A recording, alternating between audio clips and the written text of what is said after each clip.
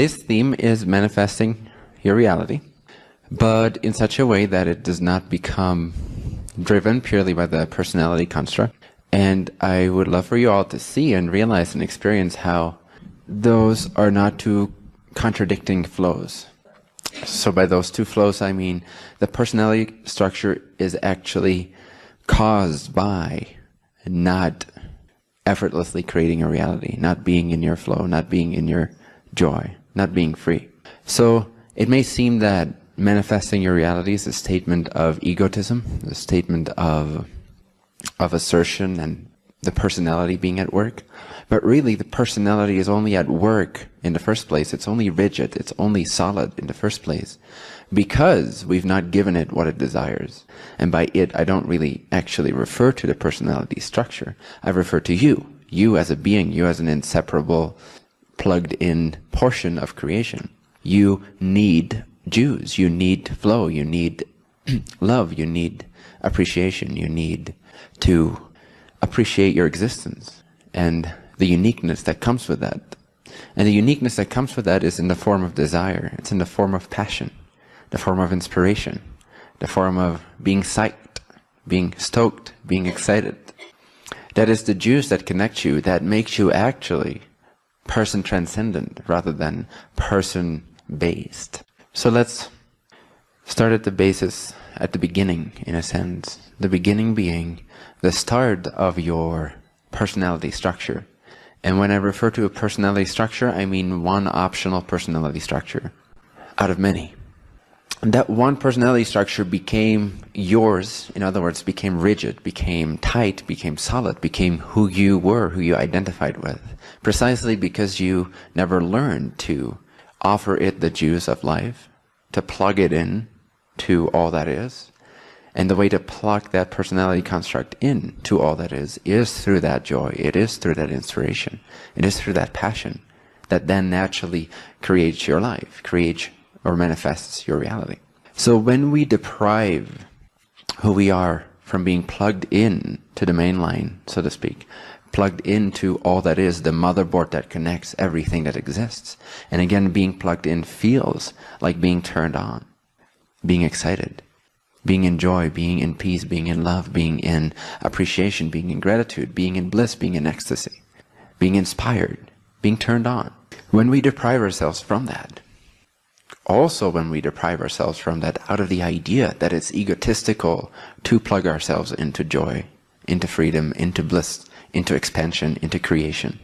When we deprive ourselves from being plugged in, that's when the substitute mind kicks in, the substitute servant, which some call the ego. But substitute servant will do. It's a substitute for you not serving, you not vibrationally, consciously taking care of your flow, of being plugged in as often as you can be. And so when you learn to not plug yourself into the motherboard of all that is, that connects you to the best interests of all beings connected, when you are unplugged, that's when, in that sense, shit hits the fan. When it becomes messy, when the unplugged personality, the personality structure that you're most familiar with, the moment you unplug yourself, that's sort of what lingers as a ghost that is unconnected to all that is, unconnected to its higher self, cut off from the juice. And then what does it want to do? It wants to gather that juice from wherever it can on its own autonomous, seemingly autonomous, unconscious, automatic, conditioned basis. And so it's a personality construct overly identified with and in that sense reckless, needy, believing it has lack. And it does in that sense because we're depriving it of being tapped into the motherboard of all that is. Does that make sense so far? Is that experience clear to you in your own life? Can you see that in your past, in your present perhaps? So all kinds of funny ideas start to exist when you live in a society where everyone learns to unplug themselves. So you get all these ghosts, all these personality constructs, interacting with each other based on lack, reinforcing in each other that lack is the truth of reality, when it's the only thing that can never be.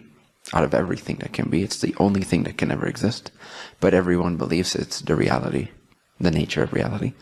And so you get these very funny, dysfunctional relationships and experiences. And you start to wish for other people that they don't plug themselves in. And other people start to wish for you that you don't plug yourself in. Because when you do, it's sinful. When you do, it's egotistical. When you do, it's arrogant. When you do, it's not spiritual, etc. When you do, you're not obeying your parents. When you do, you're not obeying your religion. When you do, you're free. And being free is dangerous, no? It's very dangerous. It's dangerous to all those that are not plugged in, either, seemingly, or that don't know that they are plugged in. And so again, this is a very dysfunctionally, mutually reinforcing way of living as a society that we've done for quite some time. And now it's time to plug ourselves back in. And you cannot plug anyone else back in. You have to plug yourself back in. The only way you can teach others to plug themselves back in is by plugging yourself back in. And when you plug yourself back into the motherboard, your, what's the word? Diode? Like a little lamp starts shining. And so it attracts a lot of attention. Wanted or unwanted, doesn't really matter. Whomsoever has something to learn from you will be attracted to that light. Like a moth to the flame. They will have something to say about you or think about you, which then reflects back upon their own not being plugged in.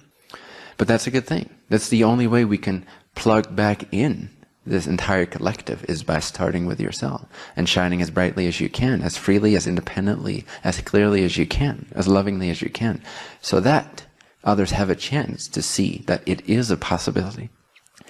And that it's actually personality transcendent when you do.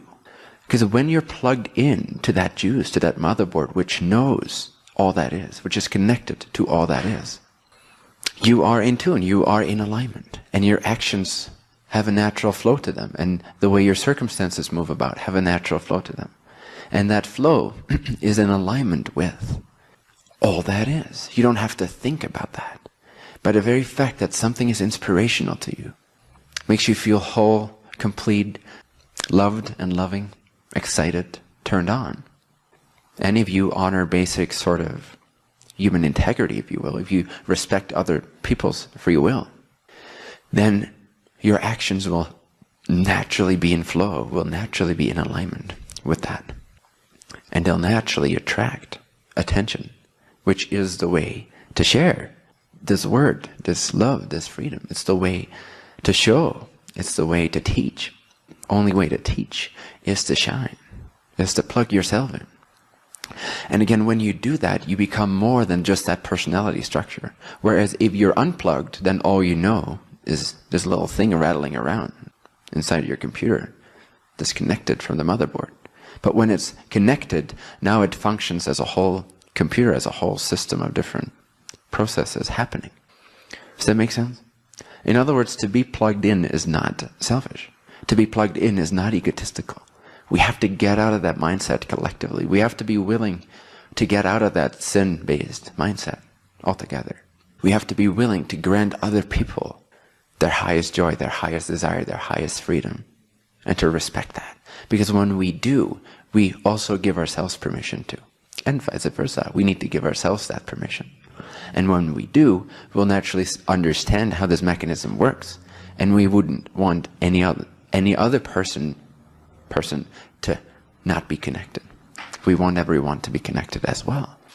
At some point, you just start to feel the benefits that flow from this. And there's no stopping it.